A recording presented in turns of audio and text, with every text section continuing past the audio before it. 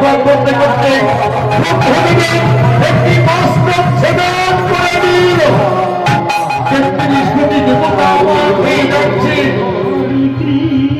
সন্তান ছিল পাশে, অতৃপ্তি পিতা পিতা কথা বলো, পিতা কথা বলো, পিতা কথা বলছো না কেন? পিতা কথা বলো, পিতা কথা বলো, কথা বলো পিতা। কথা বললেন না, অচৈতন্য হয়ে পড়েছে ব্রহ্মদেব। সন্তানের রাগ হবে না? সন্তান রেগে ছুটে গেল মহাদেবের কাছে। কে বলেছে আপনাকে হরি কথা বলতে? কে বলেছে আপনাকে হরি কথা বলতে? যারা নাকি হরি কথা কৃষ্ণ কথা বলে তারা নাকি বৈষ্ণব। জলের যেমন রাগ থাকে না, বৈষ্ণবের মনে কোনো রাগ থাকে না। আপনি কেমন বৈষ্ণব? আমার পিতাকে বস্ত্র ছেদন করে দিলে আপনাকে আমি ঘৃণা করি, ঘৃণা করি, ঘৃণা করি।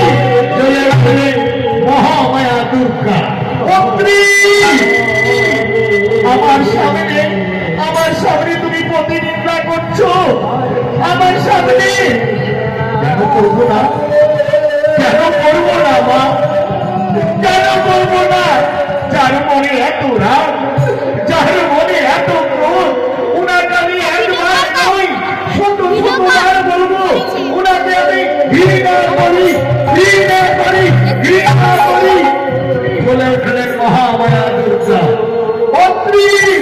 আমি যে স্বামী নিন্দা সহ্য করতে পারি না, আমি যে প্রতিনিন্দা সহ্য করতে পারি না।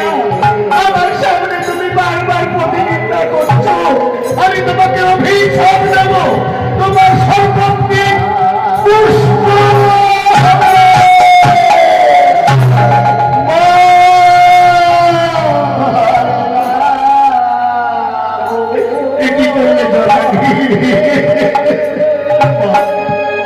আমি তোমার চরণ দিতে ধরে বলি মা গো, আমাকে ক্ষমা করে দাও মা, ক্ষমা করে দাও। স্পর্শ করবি না, স্পর্শ করবি না। তুই আমার সামনে বারবার আমার স্বামী নিন্দা করেছি, আমার প্রতি নিন্দা করেছি, তোর ক্ষমা হবে না। মা গো, আমি তোমার ছেলের মতো।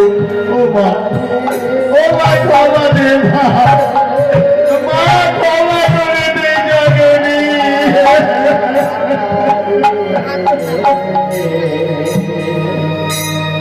ক্ষমা করলেন না অতৃপ্তিকে। জলে রক্তভাগ্য অতৃপ্তি বলছে আমি কোথায় যাব?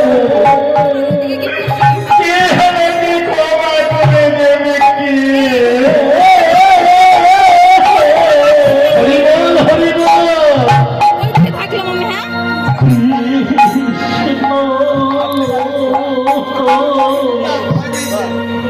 যখন করলেন না, মহাদেবের চরণ তলে গিয়ে পড়লে গম্ভীর মনে ঠাকুর তুমি আমাকে ক্ষমা করে দাও। আমি তোমার চরণ দুটো ধরে বলি, আমি তোমাকে অন্যায় বলেছি, আমাকে ক্ষমা করে দাও ঠাকুর। মহাদেব দুর্গার প্রতি লক্ষ্য করে মহাদেব কিছু বলতে পারল না। অতৃপ্তি কাঁদতে কাঁদতে ছুটে যায় বিষ্ণুদেবের চরণে। প্রভু